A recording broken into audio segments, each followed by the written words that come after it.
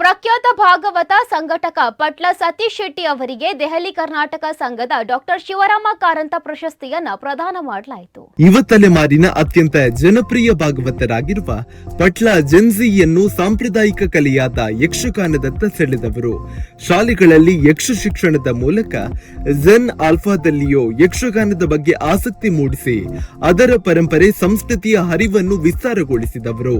ಕೃತಕ ಬುದ್ಧಿಮತ್ತೆ ಮಾನವನ ಬದುಕನ್ನು ಮರುರೂಪಿಸುತ್ತಿರುವ ಈ ಸಂಕ್ರಮಣ ಕಾಲಘಟ್ಟದಲ್ಲಿ ಭಾರತೀಯ ಪರಂಪರೆಯ ಭಾಗವೇ ಆಗಿರುವ ಯಕ್ಷಗಾನವನ್ನು ಕೃತಕ ಬುದ್ಧಿಮತ್ತೆ ಅಭಿವೃದ್ಧಿ ಹೊಂದುತ್ತಿರುವ ವಿದೇಶಗಳಲ್ಲಿ ಪ್ರದರ್ಶಿಸಿ ಭಾರತೀಯತೆಯನ್ನು ಮೆರೆದವರು.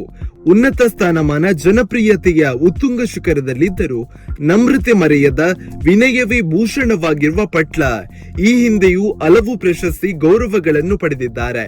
ಇತರರಿಗೂ ಗೌರವಗಳನ್ನು ಹಂಚಿದ್ದಾರೆ.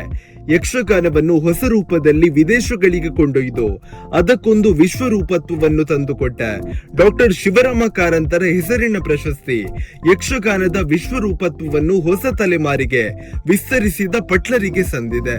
ಪ್ರಶಸ್ತಿ ಪ್ರದಾನ ಸಮಾರಂಭದಲ್ಲಿ ಡಾಕ್ಟರ್ ಹಂಪ ನಾಗರಾಜಯ್ಯ, ಪ್ರೊಫೆಸರ್ ಪ್ರಧಾನ ಗುರುದತ್ತ, ಬಿಆರ್ ಲಕ್ಷ್ಮಣರಾವ್, ಡಾಕ್ಟರ್ ಲತಾ ರಾಜಶೇಖರ್, ಚಲನಚಿತ್ರ ನಿರ್ದೇಶಕ ಡಾಕ್ಟರ್ ಟಿಎಸ್ ನಾಗಾಭರಣ, ಚಲನಚಿತ್ರ ನಟ ಚರಣ್ ರಾಜ್, ಸಂಪಾದಕ ವಿಶ್ವೇಶ್ವರ್ ಭಟ್, ಕರ್ನಾಟಕ ಸಂಘದ ಅಧ್ಯಕ್ಷ ಸಿಎಂ ನಾಗರಾಜ್, ಉಪಾಧ್ಯಕ್ಷ ವಸಂತ ಶೆಟ್ಟಿ ಬೆಳ್ಳಾರೆ, ಉಪಾಧ್ಯಕ್ಷೆ ಶ್ರೀಮತಿ ಪೂಜಾರಾವ್, ಕಾರ್ಯದರ್ಶಿ ರಾಧಾಕೃಷ್ಣ ಉಪಸ್ಥಿತರಿದ್ದರು.